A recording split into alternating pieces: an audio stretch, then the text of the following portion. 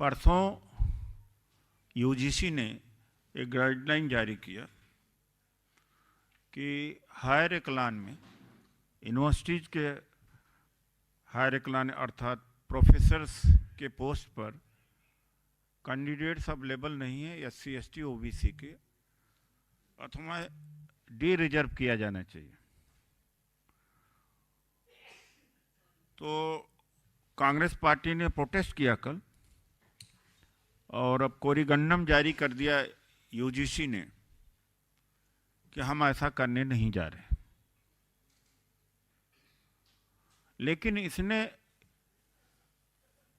इससे हमें एक सच रखने का मौका मिला कि जो मोहन भागवत जी ने कभी कहा था कि आरक्षण का रिव्यू होना चाहिए, वो बात अब सत्यापित हो गई। हालांकि बिहार का चुनाव हारने के बाद उन्होंने कहा था हमने नहीं किया, बाद में वो आरक्षण की मजम्मत भी किया उन्होंने। लेकिन मैं आपको बता दूं कि जो ये रीजनिंग दी जाती है कि कैंडिडेट अवेलेबल नहीं है, गलत है। प्रेस स्टेटमेंट अभी जाएगा, उसमें प्रोफेसर रतनलाल दलहरी यूनिवर्सिटी के हैं, हिंदू कॉलेज के 11 किताबें लिखी, 2018 से प्रोफेसरशिप के लिए एलिजिबल हैं। एक केस स्टडी में दे रहा हूं, प्रोफेसर उनको नहीं बनाया गया। 159 इंस्टीट्यूट्स, जो इंस्टीट्यूट्स इंपॉर्टेंस कंट्री के जो इंपॉर्टेंट इंस्टीट्यूट्स हैं, उनमें से जैसे कि हम आपको बताते हैं कि उनमें से एक भी एससी एसटी के लोग नहीं। तो मैं इस मामले में धन्यवाद भी करूंगा यूजीसी को कि यूजीसी ने मुझे ये रखने का मौका दिया। देखिए, इसमें आईआईटी 23 हैं, एनआईटी 31 हैं, आईआईटी 23 हैं, स्कूल ऑफ प्लानिंग आर्किटेक्चर 3 है, इंडियन इंस्टीट्यूट ऑफ मैनेजमेंट 20 है, नेशनल इंस्टीट्यूट ऑफ डिजाइन 6 हैं, वगैरह वगैरह। इसमें एक भी डायरेक्टर, एक भी वीसी नहीं है। उत्तर प्रदेश में 30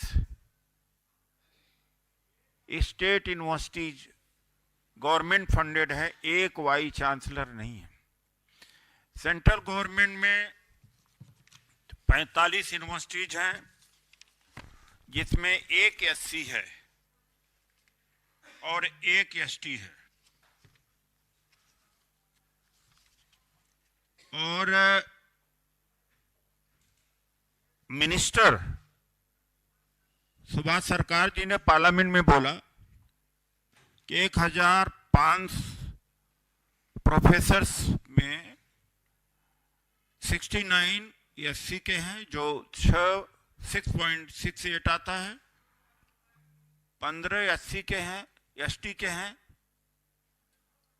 जो 1.4 आता है, 41 ओबीसी के हैं जो 4.7 आता है। यानी ये स्थिति है। ये नहीं भरा जा रहा,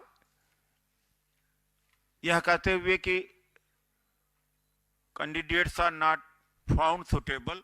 मैंने एक एग्जाम्पल दिया है प्रोफेसर रतनलाल का, मैं 100 एग्जाम्पल्स दे सकता हूं कि एससी एसटी ओबीसी के associate professors are suitable for professor post, but interview में उनका मार्क्स कम कर दिया जाता है। एक स्टडी दी जा रही है आपको,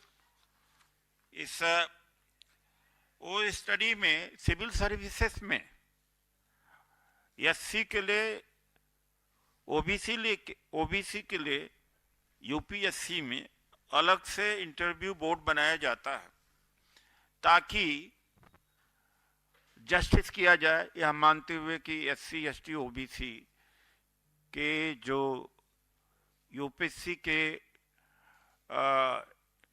इंटरव्यूज हैं या जो कैंडिडेट्स हैं ये वीक हैं, इनको अलग से बोर्ड दिया जाए।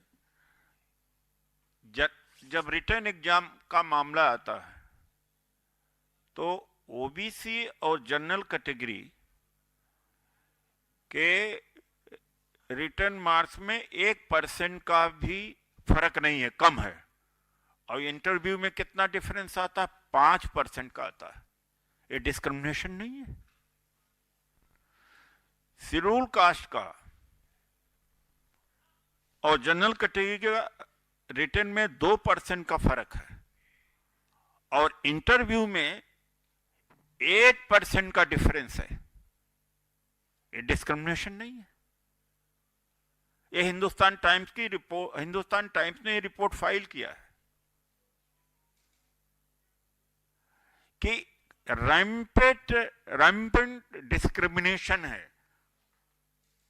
मैं धन्यवाद करता हूं यूजीसी को कि कम से कम हमें मौका दिया यह कहने का कि 45 सेंट्रल गवर्नमेंट के यूनिवर्सिटीज में एक एससी है, केवल एक एसटी है। 159 जो इंस्टीट्यूट्स ऑफ एक्सेलेंस हैं कंट्री के, उसमें एक एससी एक एसटी नहीं है। इंटरव्यू में डिस्क्रिमिनेट किया जाता है ओबीसी का, एसटी का, मैंने बता दिया। उसी तरीके से अगर आज प्रोफेसर्स की पोस्ट वैकेंट हैं तो यह बात नहीं कि एससी एसटी ओबीसी के कैंडिडेट अवेलेबल नहीं है, अवेलेबल हैं, उनको रिजेक्ट कर दिया जाता है ताकि डी रिजर्व करके फिलअप किया जाए जनरल कैटेगरी से। जब कर्पूरी ठाकुर को भारत रत्न का सम्मान घोषित किया तभी मुझे डर लग गया कि कुछ न कुछ गड़बड़ होने वाला है। अब कर्पूरी ठाकुर के विचार को और मारेंगे। आरएसएस ने पूरी जिंदगी कर्पूरी ठाकुर जी का विरोध किया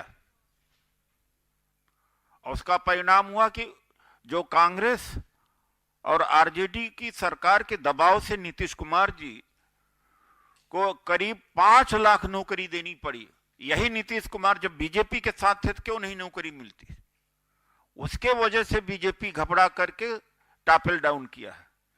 क्योंकि मोदी जी ने 10 साल में 9 लाख, करीब 9 लाख तक ही रोजगार दिया। अकेले राहुल गांधी जी, खड़गे जी के नेतृत्व में चल रही कांग्रेस और लालू जी के नेतृत्व में चल रही आरजेडी के सहयोग से बनी बिहार की सरकार ने करीब 5 लाख रोजगार दिया। इसलिए सरकार गिराया इन्होंने।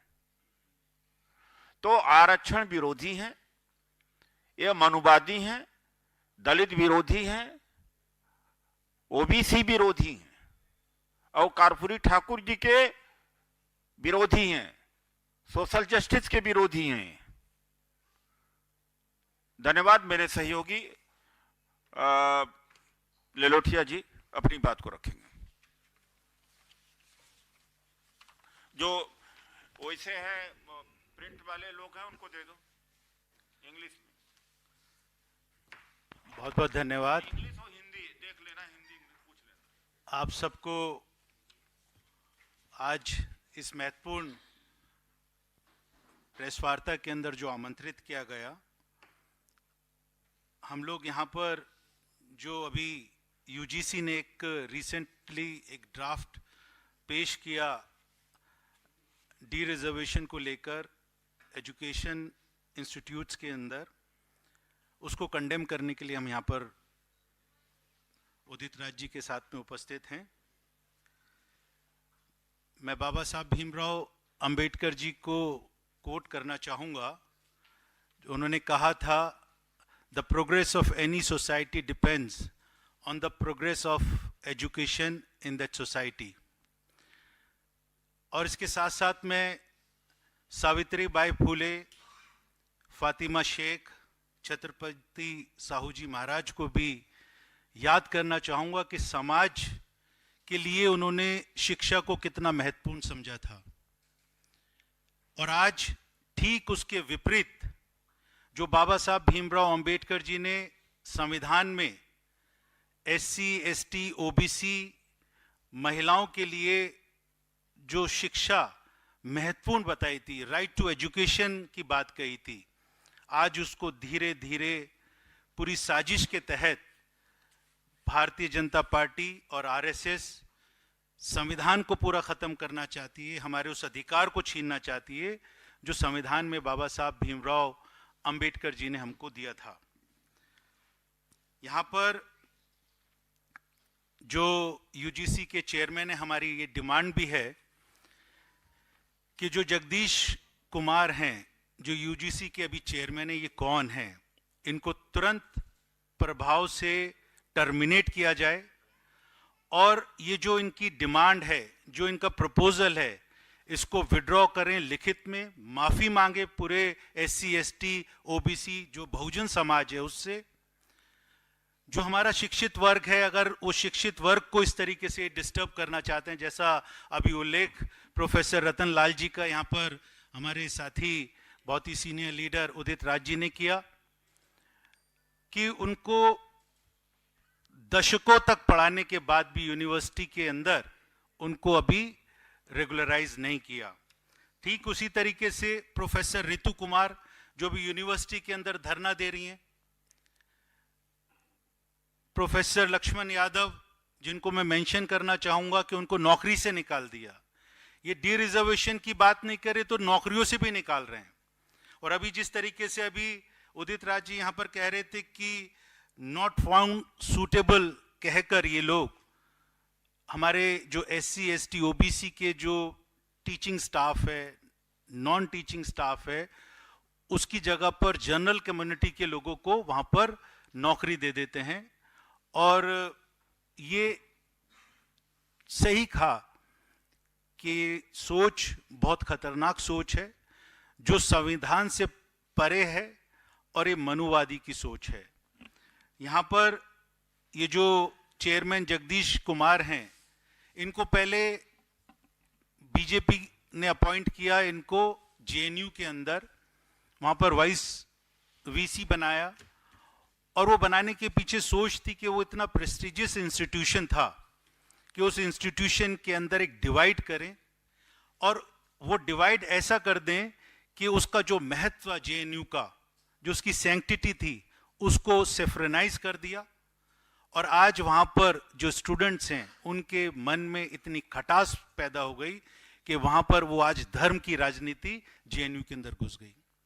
ये मुझे कहने में कोई गुरेज नहीं, कोई परहेज नहीं कि जगदीश कुमार को तुरंत टर्मिनेट किया जाए, क्योंकि ये बीजेपी का अपॉइंटमेंट नहीं है, ये आरएसएस का स्टूज है जो एक भगवाकरण की विचारधारा को दिमाग में रखकर आज यूनिवर्सिटी में काम कर रहा है। यहां पर मैं क्रोनोलॉजी के ऊपर भी बात करना चाहूंगा कि ये जो इन्होंने शुरुआत आज एक ड्राफ्ट पेश करके यहां पे किया, इसके पीछे जो इनके एजुकेशन के मिनिस्टर हैं, उन्होंने एक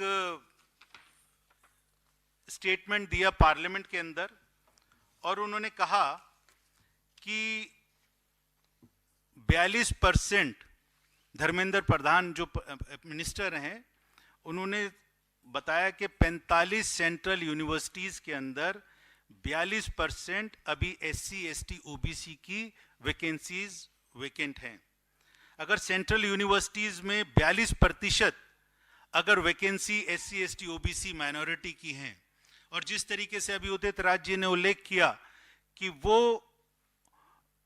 वहां पर एससी का 1 और एसटी का 1, ये लोग अभी वहां पर कार्यरत हैं, जबकि वहां पर हमारी जो संख्या होनी चाहिए थी वो 7,000 जो सैंक्शनड एससी, एसटी, ओबीसी की जो पोस्ट हैं उसके अंदर 3,007 हमारी वहां पर अभी वैकेंसीज हैं। तो ये बहुत गंभीर मुद्दा है। और अभी जयराम रमेश जी ने भी इसके ऊपर एक ट्वीट किया और पूरी कांग्रेस पार्टी ने एक फैसला लिया कि हम लोग इस ड्राफ्ट का विरोध करेंगे, क्योंकि हम ये मानते हैं कि जिस परिवार में, जिस समाज में अगर शिक्षा खत्म हो जाएगी तो वो समाज कभी प्रोग्रेस नहीं कर सकता, आगे नहीं बढ़ सकता।